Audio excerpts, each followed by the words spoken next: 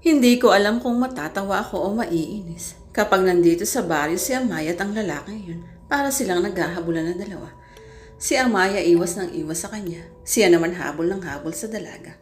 Hindi naman nila pwedeng galawin ng taong iyon dahil wala kaming sapat na ebidensya na totoo nga ang sinasabi tungkol dito. Kaya si Amaya, laging hindi alam kung saan daraan at laging patago kapag naglalakad sa baryo. Sundan mo na pare, medyo dumidilim na, sabi ni Res. Kailan ba matatapos ang kahibangan niya kay Amaya? Kawawa naman ang isang iyon, hindi makapag-ala rito ng mag-isa. Ani Jim, yun na nga bore, hindi ko tuloy mayaya si Amaya kapag may laro tayo ng Sabado at Linggo. Komento naman ni Win. Tumayo ako. Susundan ko muna si Amaya. Sisiguraduhin ko lang na makararating siya sa bahay nila. Sige pare, ligawan mo na kaya para may rason ka ng samahan lagi si Amaya kapag nandito sa atin. Baka sakaling matigil na rin siya sa kasusunod sa kanya. Suhestyon naman ni Carl. Hindi na ako sumagot sa kanila at sinundan na si Amaya. Hindi ko na siya hinabol para magkasabay kami. Nakasunod lang ako sa kanya. Halata sa paglalakad nito ang pagmamadali. Alam kong masakit na sa talampakan nito ang mga maliliit na bato. Natatapakan nito dahil hindi pa umabot doon ng sontri ang simento. Nang makita kong pumasok na ito sa loob ng bahay, ay sandali pa akong naupo sa rest house sa harap ng bahay nila at nagsindi ng sigarilyo. Nagulat ako nang makitang nasa harap ko na ang taong kanaiinisan ko. Anong kailangan mo? Layuan mo siya dahil akin lang siya. Hinithit ko ang hawak kong sigarilyo at sinadyang bugahan siya ng usok sa mukha. Tingnan natin. Papatayin kita kapag ginalaw mo siya. Bigla akong nangilabot sa intensidad ng boses niya. Parang mali yata ang nasagot ko. Mukhang mapapahamak palalo nito si Amaya.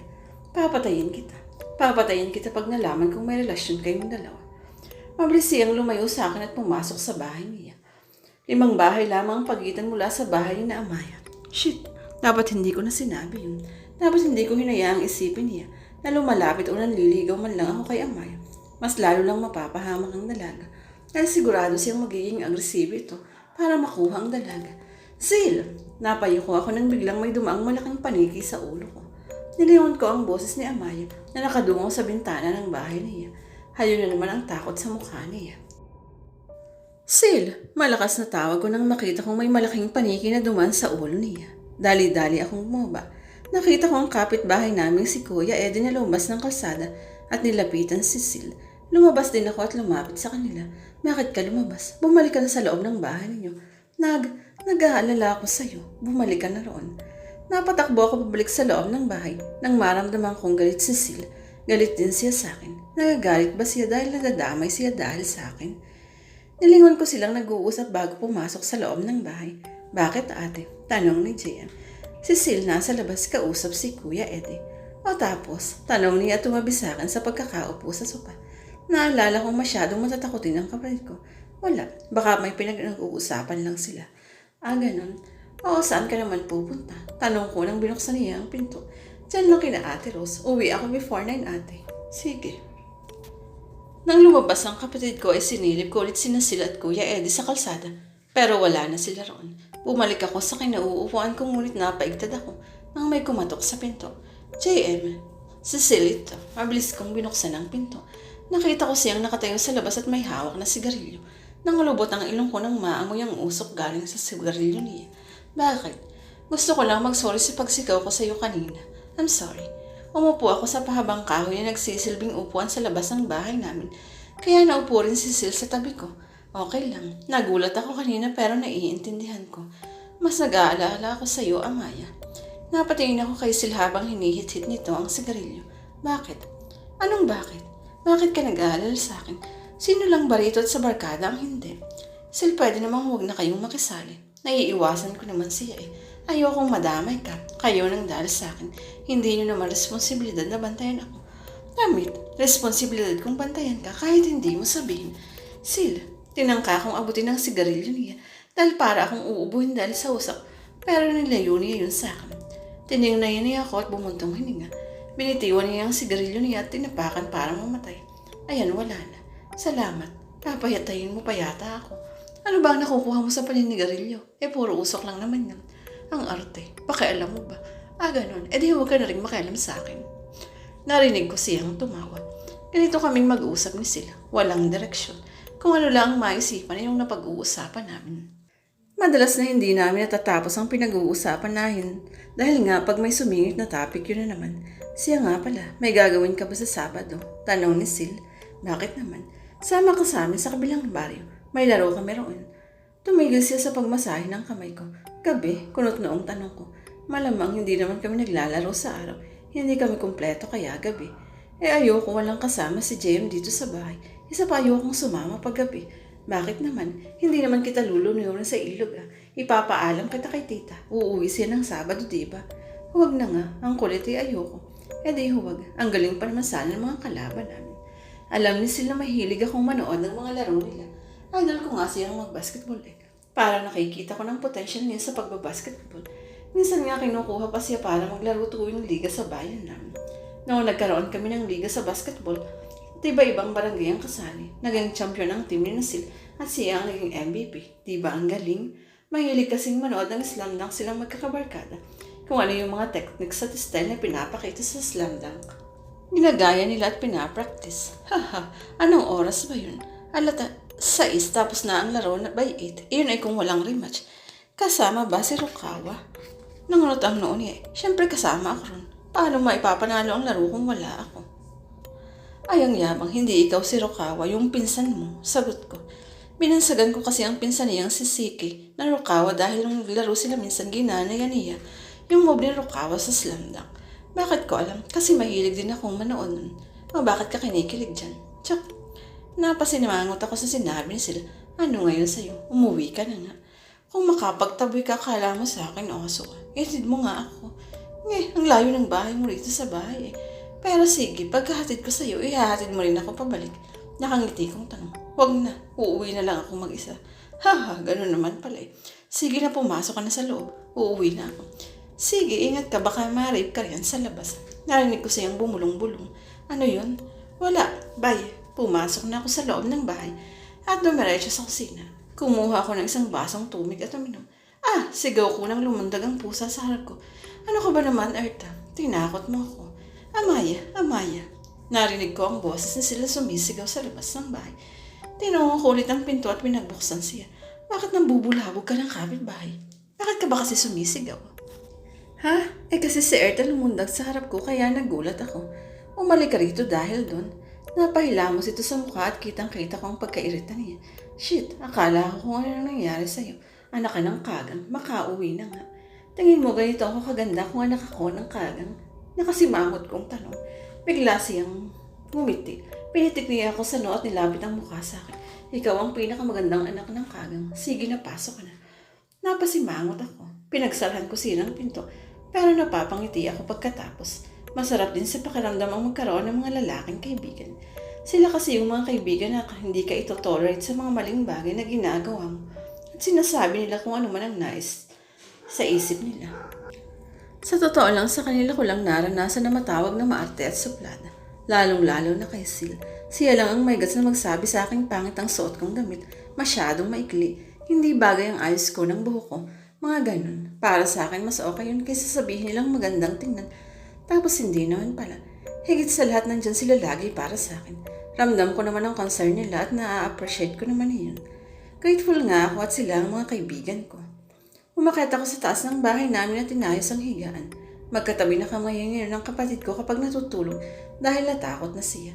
Wala naman talagang katakot-takot sa bahay namin. Sadyang iniisip lang ng kapatid ko ang napagkwentuhan namin ni Mama noong isang araw. Kaya kung matulog dito sa bahay kahit ako lang mag-isa. Inaamin ko meron akong mga naririnig minsan, pero ano naman ang gagawin ko ron? Mas mabuting baliwalain ko na lang kaysa pairalin ang takot ko. Hindi naman ako ganun katapang para hindi naman nila ko kaya hinahayaan ko na lang din kung ano man. Iyon, hindi rin ako masyadong nagkukwento sa kapatid ko dahil nga matatakotin. Inaayos ko ang mga una nang biglang parang umiyak ang pusa. Parang may kaaway ito. Bumaba ako ng hagdan at sinilip si Erta pero wala siya sa loob ng bahay. Binuksan ko ang pinto ng kusina at nakita kong parang may kaaway nga ang pusa namin sa labas pero wala naman akong nakikita na ibang pusa. Tumatalon-talon pa siya. Umuurong sulong na akala mo ay may kaharap. Erta, Mingming, tawag ko sa pusa. Nilingon naman niya ako at bigla na lang pagbundol ng kamba sa dibdib ko nang makita ang mukha ng pusa. Parang nanlaki ang mata ko at ang pangit ng itsura. Kinusot ko ang mga mata ko. Nang tinitigan ko ulit ay okay naman sa Erta. Ganun pa rin naman. Mabilis na pumasok sa loob ng bahay namin ang pusa at isinara ko na rin ang pinto. Kung ano-ano lang nakikita ko. Hay, kinuha ko ang cellphone ko sa bag ko. Nakita kong may nag-text sa binuksan ko ang message. From Sarina. Amaya, yung isang estudyante ng Chelsea nito, naposes ngayong gabi lang. Nagpunta raw sila ng school at naglaro ng Spirit of the Class. Nareplyan ko siya. To Sarina. Anong kalokohan at naglaro sila ng ganun? Bukas na lang tayo mag-usap ha. Hindi na nag-reply si Sarina kaya ibinalik ko na ulit sa bag ang cellphone ko. Bukas ko na lang siya tatanungin ulit. Marami kasi ang kwento tungkol sa school namin. Na may namatay daw doon na estudyante. May nagpapakitang white lady. May naririnig na tugtog ng rondalyo sa music room. At kung ano pa. Ako naman hindi naniniwala hanggat hindi ko nakikita. Kaya wala akong reaksyon sa mga kwentong iyon. Si Sarina lang naman ang interesado nun kasi mahilig siyang makinig sa mga kwentong katatakutan. Mahilig din kasing magbasa ng Philippine ghost stories. Minsan nakikibasa nga rin ako rito. Pagkatapos kong maayos ang higaan ay bumaba ako saglit para kunin ang libro ko sa baba. Narinig kong may gumagalaw sa labas ng pinto kaya napatigil ako. JM, tawag ko sa kapatid ko pero walang sumasagot. Sino yan? Tanong ko ulit. Ako si Sil. Nagtaka ko sa boses ni Sil. Parang biglang gumaralgal ang boses niya. Isa pa galing na si Rito. Bakit siya bumalik? Lumapit ako sa pinto. Sil, ako nga si Sil. Nagtataka kung bakit siya bumalik. Bubuksan ko sana ang pinto nang marinig ko ang cellphone ko na nagre-ring sa taas. May tumatawag. Baka si Mama yun. Sil, sandali lang ha. Buksan mo muna ang pinto, Amaya. May gusto akong sabihin sa'yo. Nagtataka ako kay Sil. Ring lang ang cellphone ko sa taas. Baka magalit si Mama kapag hindi ko kaagad nasagot. Sil, sandali lang ha. Kukunin ko muna ang cellphone ko sa taas. Amaya, hindi ko muna pinansin si Sil. Hindi naman siya magagalit sa akin. Bakit ba siya bumalik? Wala talagang magawa ang lalaking yun. Sabi niya kanina uuwi na ngayon nandito naman ulit. Baka naman natakot. Hahaha. Umakyat na ako ulit sa taas at kinuha ang cellphone ko. Na kanina pa nagre-ring, sinagot ko ang tawag. Hello? Ate, mabuti naman at sinagot mo. JM, tinignan mo ko ang screen at nakita ko ang number ni Ate Rose na nakaregister sa screen. Bakit ka pa tumatawag ay ang lapit-lapit mo? Akala ko si Mama. Ate, huwag mong bubuksan ang pinto ng bahay natin. Ha? Nasa labas si Sil. Ate, huwag mong bubuksan. Hindi siya si Kuya Sil. Ano? Hindi siya silang nasa labas. Pero siya ang narinig ko kanina. Ate, maniwala ka sa akin. Hindi siya si Kuya Sil. Nakikita ko siyang muli rito sa taas ng bahay ni Ate Rose.